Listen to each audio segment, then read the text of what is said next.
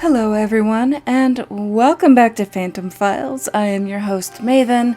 So, I think the first thing you guys are noticing is that I am not showing myself on camera. I look okay. It's not like surgery, turned me into something I'm not. But I just still don't feel real good.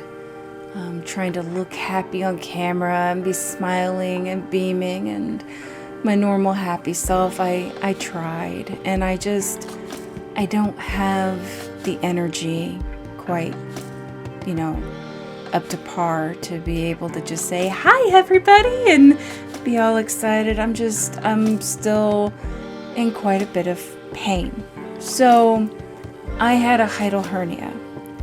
And the doctor kind of, I don't know if romanticized is the best word, or glorified, or he really made the whole situation of recovery sound like a wonderful, peaceful thing to endure, when in actuality, I have been recovering slowly with large amounts of pain. I don't believe he gave me the full understanding of what recovery actually meant. So this is how he explained it to me. We will have surgery first thing in the morning on August 4th. And then we will keep you overnight for observation. You will be released on Friday fairly early. And by Monday, you should be able to drive, walk around, cook, move, clean, whatever you want. You just can't push, pull, or lift anything over than 20 pounds for the next 2 weeks. And I thought, hey, recovery really doesn't sound bad. So I went in for surgery. The hernia was a bit worse than what the doctor was expecting, but the surgery went rather well. And then as I'm recovering, this is when he tells me and my family, "Oh, by the way, you're on a soft diet because you need to relearn how to eat." Think about a baby learning how to swallow food. Well, this is going to affect how you swallow.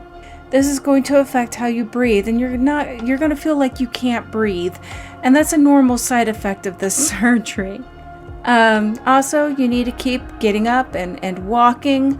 Otherwise, you could get pneumonia. Fluid can fill in your lungs if you're not getting up and walking around. Even if it hurts, you need to get up and walking. You can't just lay in the hospital bed. Well, that Thursday night, the nurses ordered my food and did not order a soft food diet of anything. They gave me chicken strips, which I couldn't eat, so I ate the mashed potatoes, I ate the steamed carrots, and the little cup of pudding they gave me, and that's all I could eat. They didn't give me a menu. They didn't tell me that I needed to order the next few meals of the hospital, so I was under the impression that they came in and checked on me and asked me if I needed food. I didn't realize that was something that I needed to take my own initiative for. They didn't necessarily take me for walks. I said, "Okay, you gave me pain medicine, so in the next 30 to 40 minutes, please come back. I need to go for a walk. It's doctor's instructions. I have to get up and walk." "Oh yeah, we'll be back in an hour." They never came back, and when I buzzed them, they were too busy with other patients to help me get up and walking around. But yet a nurse could come in, take my vitals and leave, and then 5 minutes later another nurse come in and take my vitals and leave, and then a third nurse 5 minutes later will come in and take my vitals and leave. Why do 3 nurses need to come in? It's like they just didn't have their schedules worked out, So by Friday, I'm starting to panic. My family had left me in the hospital. Visiting hours were over. And I got to a place where I had a hard time breathing. And I was lying there crying, wondering if I made the right decision in having this surgery. Yes, having a hernia, it needed to be fixed. I was having massive amounts of heartburn and had a hard time eating. But at the same time, I was laying there having a hard time breathing wondering if I made the right decision. Also that night, there was only one nurse taking care of everybody on the floor. They were short-handed. And also, here's my bit of adventure. At 2 a.m. in the morning, you know how an industrial-sized vent will go kaboom, and then you hear the wind just filling the vents? Well, this sounded like it shook the building. You heard a kaboom. You felt the building shake a little bit. You could hear the sound. And it sounded like the wind was so forceful that it pushed off a big vent cover on the outside of the building. The next thing I hear, pew, pew, pew, emergency. Building infrastructure has been compromised on level 1. Pew, pew. And I'm sitting here thinking, oh my gosh, are the nurses gonna evacuate us, or what are they gonna do? And nobody did anything. 2 hours later, after the alarm had stopped, the nurse said, wasn't that drill fun? Would have been nice if somebody would have told me that it was just a drill, so I wasn't there panicking, trying to breathe, hooked up to 3 machines. They have me on an IV, an oxygen machine, and these inflatable cuff-like things around my legs, compression things trying to keep me from having blood clots. Feeling like I couldn't run for my life if I needed to. That would have been nice to know. By Saturday, because they hadn't been taking me out for walks, I started to cough up fluid, and I began to suspect if I had pneumonia. And none of the nurses heard me out because they looked at the doctor's notes, and it said, patient will say that she has a hard time breathing because that's a side effect of the surgery. So did they check in on me? No. And here I was coughing up fluid. And I'm like, this feels like it's coming from my lungs. But they completely dismissed me and they sent me home. Now, the whole reason why they were keeping me Saturday, because if you remember, the doctor said, hey, we're just going to keep you Thursday night into Friday morning. The only reason why they were keeping me Saturday was because I could not maintain my oxygen levels. So over the weekend, they sent me home on Saturday, large amounts of pain. I wasn't feeling good, and by that following Thursday, I called up the doctor's office and I said, look, the pain medication you're giving me is barely touching the pain. I don't know what I'm supposed to be doing. And also, here's another thing the doctor did not tell me. You're going to have large amounts of water retention, which meant my feet were so swollen I can't wear shoes. I still have a hard time with my shoes. The water retention is starting to drain from my body, but I feel like I'm 8 months pregnant because of all the water packed in my body. And I am wearing pajama bottoms outside because, none of my clothes are fitting. And they just don't seem to care. I'm like, well, can you give me a water pill or something to get this off? And they said, well, you're going to have to go to the urgent care or emergency room because we can't get you into the office until next week. So on Friday, not this past Friday, but the Friday before, right, I go to the urgent care. It takes them 2 hours for the receptionist to read while I'm there, and it says, I feel like bloated after surgery, right? She goes, oh my gosh, this deals with surgery. You can't be here. You have to go to the emergency room. So we go to the emergency room, and they do a CAT scan. They do a sonogram to make sure that I don't have any blood clots. They have issues drawing my blood. Here I am screaming and crying because I have major PTSD with needles, and it comes back with all the tests that I have pneumonia. Surprise, surprise. So not only have I been recovering with 5 incisions on my abdomen and trying to learn how to breathe, swallow, and walk around with lots of pain, it has not been a pleasant ride, and I've been meaning to drop a new video, but it just hasn't happened because my energy's not there. I've been sleeping a lot, and like I said, large amounts of pain. And when I told them that the pain medicine wasn't taking care of the pain, they asked me, are you taking ibuprofen and Tylenol? Am I supposed to? You guys gave me 3 prescriptions. Oh yeah, you're supposed to be taking both. Well, nobody told me. So now that I've got all the medicines I need, I am doing much better. I'm worn out. And I'm sorry I haven't dropped the video. But I would like to go on and get into what today's video is really supposed to be about, is the ghost gear. So what I'm going to do is play a clip for you guys of Rob explaining what 3 of his inventions are. And we'll start from there. And then I will start showing clips of how these devices act during an investigation.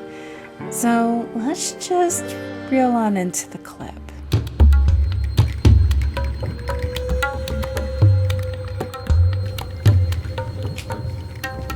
Listen, and it's basically like an EMF sniffer. So it's listening for EMF, and it will turn it into an audio sound.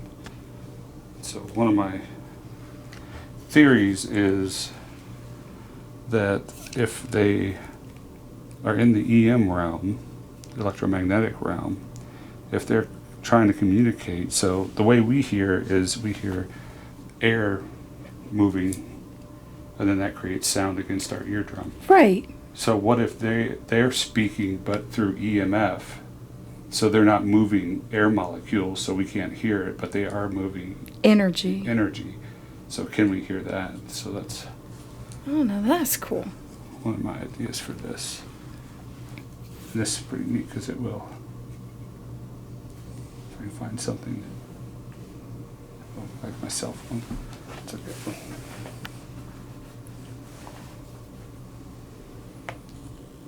Yeah, kind of hear that. Yeah. Bzz, bzz. Yeah. Well, that's pretty cool. So I haven't gotten one yet, but if I ever get a voice come through here, I'll probably crap my pants. You should get nothing through this whatsoever. All right, well, I'm just letting my YouTubers know that I am here with Rob from Ghost Gear, and he's testing out some of his latest inventions. Yep, so what we got right here is a EMF lantern. Yeah. So Okay. what it does is it does just that. It detects EMF, and it'll light up. So like my cell phone should set it off. See, I Like that. love that. So that's but it just does EMF and sound. This is our REM puck, so it detects motion as well as EMF detection as well. So it'll play a different song for EMF. It'll play Canon D for EMF, and it'll play Twinkle Twinkle Little Star for motion. That way you know which one was set off, whether it was EMF or whether it was motion. That is cool. All And right. Yeah. This is just a EMF sniffer, so it turns EMF into a sound. So I got it plugged into a speaker. Not my design, but you can get these off of lessemf.com for like $6. They're not expensive at all. You just plug them into a speaker and turns it into sound for you. All right. Well, those are cool, and I will definitely be investing in your. Oh, thank you. Thank you. No problem. So I'm going to show you a clip of what the lantern looks like up in the attic. Now, Rob puts it in a space of the attic where another paranormal team had witnessed a shadow walking back and forth. And I found it rather interesting how active the lantern was when it was placed in that spot.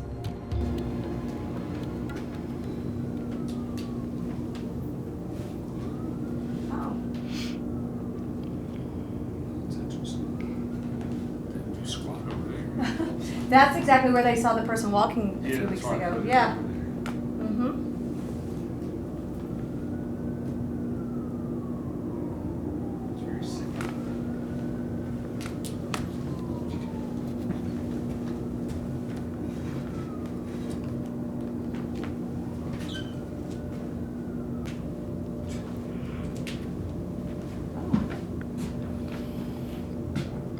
it's just continually going off over there. Now that is crazy.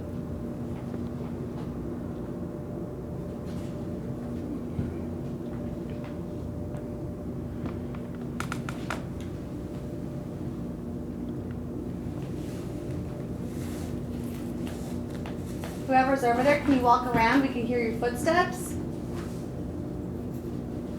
You can knock on something.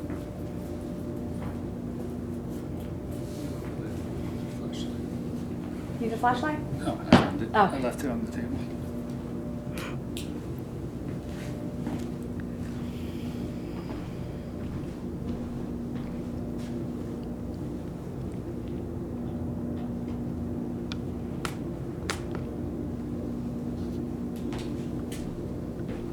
Do the men try and keep the women quiet up here?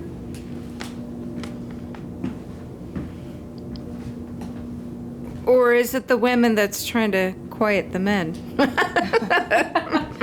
don't think they do. No. But, oh, and then the K2 meter went off.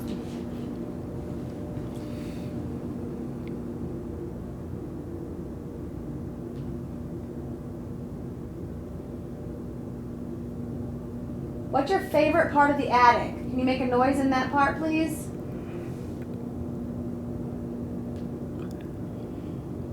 Yeah, I definitely need coffee after this. I'm like still yawning over here. I'm not even that tired. I'm just yawning. You have a long way to go. I know. You're getting the strongest coffee I have. You better. But now, let's see what happens when he moves it to a different location. She probably would have let me get it to go.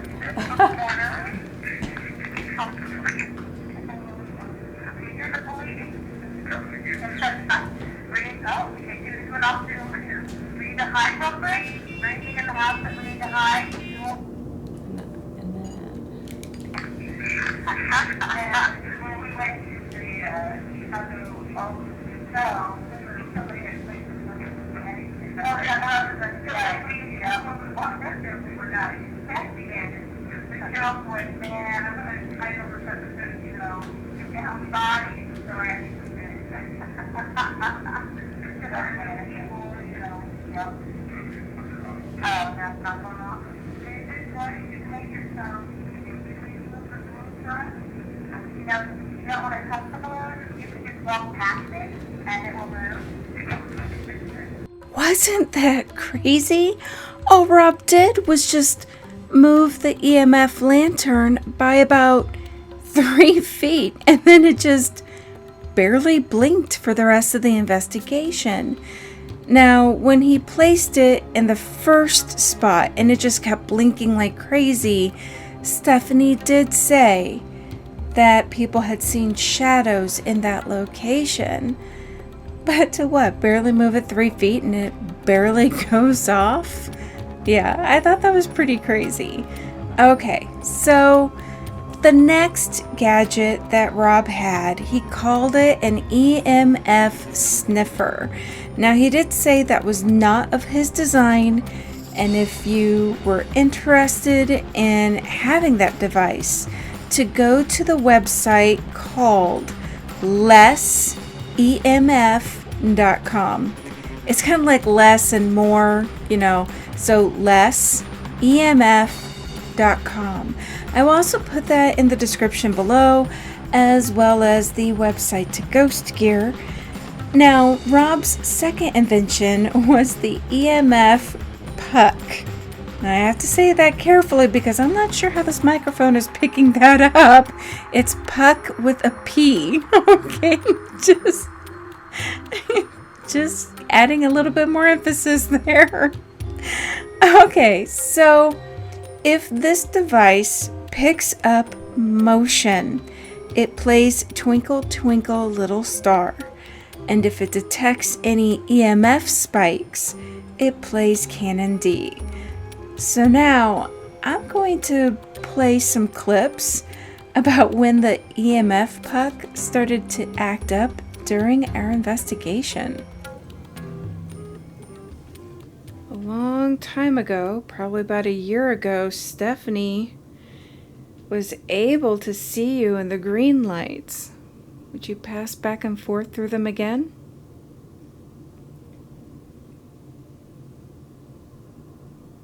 Do you remember her dog Lucy?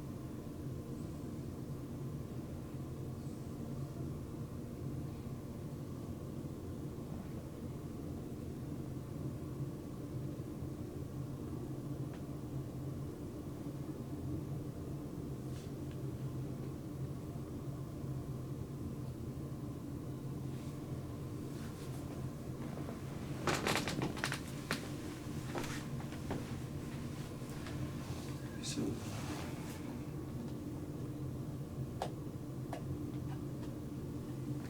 why that turned off?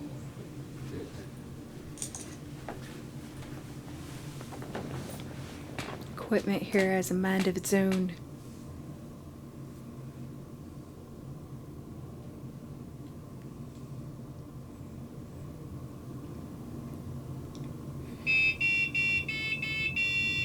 Motion. Shouldn't be me. I shouldn't be able to set it off. It's too far away.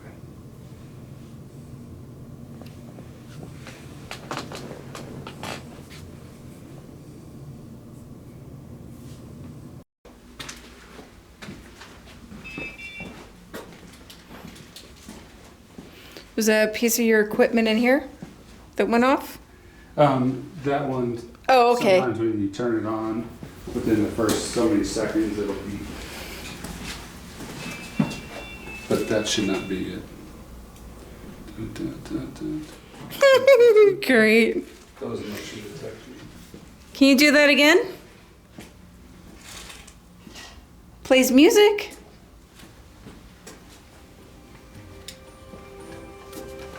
So I'm going to show you this next clip just so you can hear the REM puck play Canon D.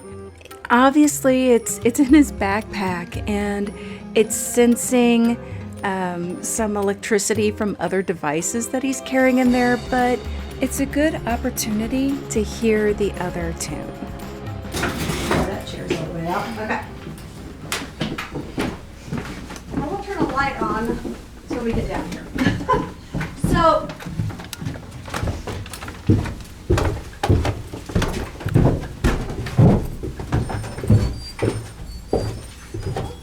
this is the room you don't think you have seen, or you've not, like back here? I have not. Oh, okay. Yeah, that's the room that some people just don't like, the one that goes back that way. See, I didn't even... Oh, okay. And see, that's the door that I think maybe the servants might have come in on. I'm not sure. Oh, so it just goes outside? That, yeah, that, I like wondered about that door. some stairs, some really steep stairs, and then that flat looking thing outside the house that lifts Okay. up. Yeah. So that's the room that something was like banging, like it vibrated the entire kitchen floor. I mean, it was loud, and I was like, what the hell is that? It was weird. I mean, it was really weird. The final invention, drum roll please. You have heard it in the background of our investigation.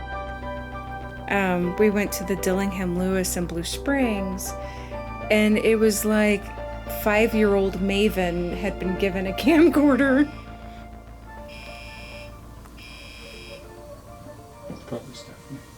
Probably. And you saw it and heard it blaring away, beeping away, sounding off in the hallway.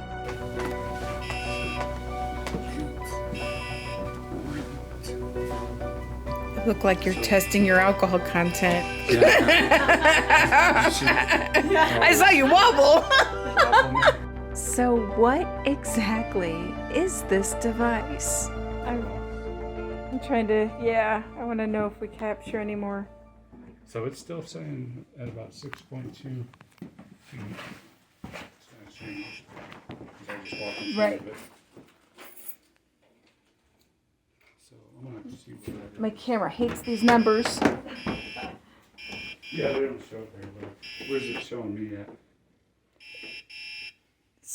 6.2. Oh, okay. So that must be about where, about halfway upstairs, that's what she said, about halfway upstairs. Yeah. So what is this device called? Very fancy ultrasonic motion detector. So it uses ultrasonic sound, kind of like the way a bat does. Okay. So it sends out a signal, and it's going to bounce off of something, and it's going to take the calculation of the first and the second, do some math, and figure out if that object is moving or not. If it's moving, you're going to get the noise. Right. If it's just saying stationary, you're going to get the last digits of when it ran that calculation. So right now it's saying whatever it sees is about 6.3. That could just be the stairs. Like it's actually on the stairs hitting it. Now it's saying 4.2. And it changed to I just wanted to let everybody watching this video, when I post it, this piece of equipment has been going off quite frequently since we've been down here. And it's been monitoring something that's been going up and down on the stairs. And so I thought I'd do a small recording to see if it will do this again, because my night vision camera's upstairs. That's funny. So it was originally here. Yeah. And it said 6 feet. I moved it all the way up there. It said 4 feet. I moved it about a foot back, and it's saying 5 feet. So it's pretty consistent on what that distance is between whatever it and the distance is. object that's on the stairs. Yeah, whatever's up on the stairs.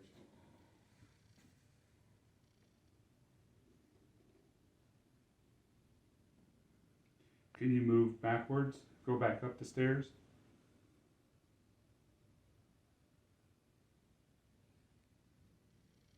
No, it's stopped. Because, yeah, I've got a camera on it. It's like camera shy.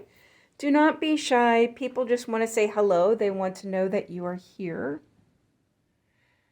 Can you move forward?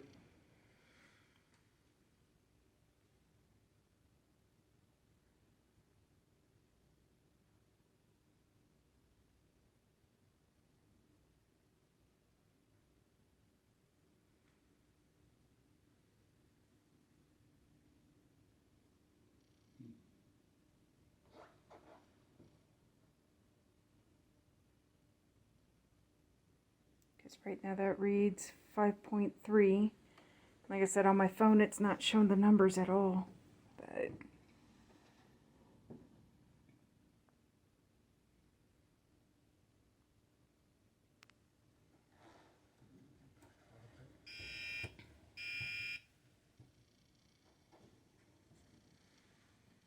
So now it says 6.2. Yeah.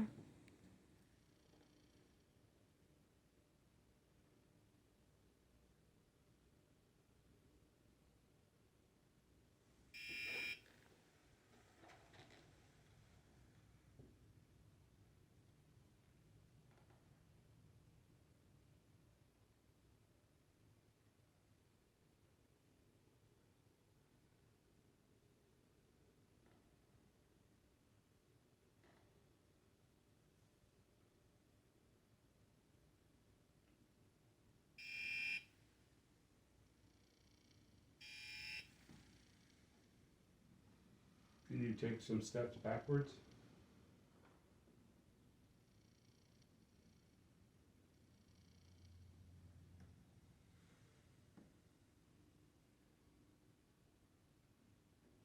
All right, well, this Yeah. may be something standing there, though.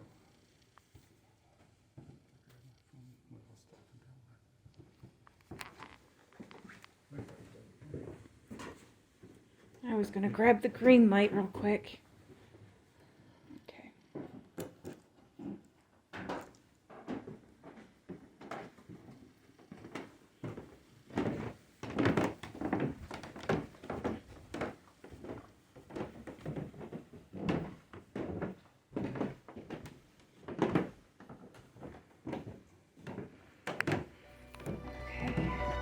There you have it.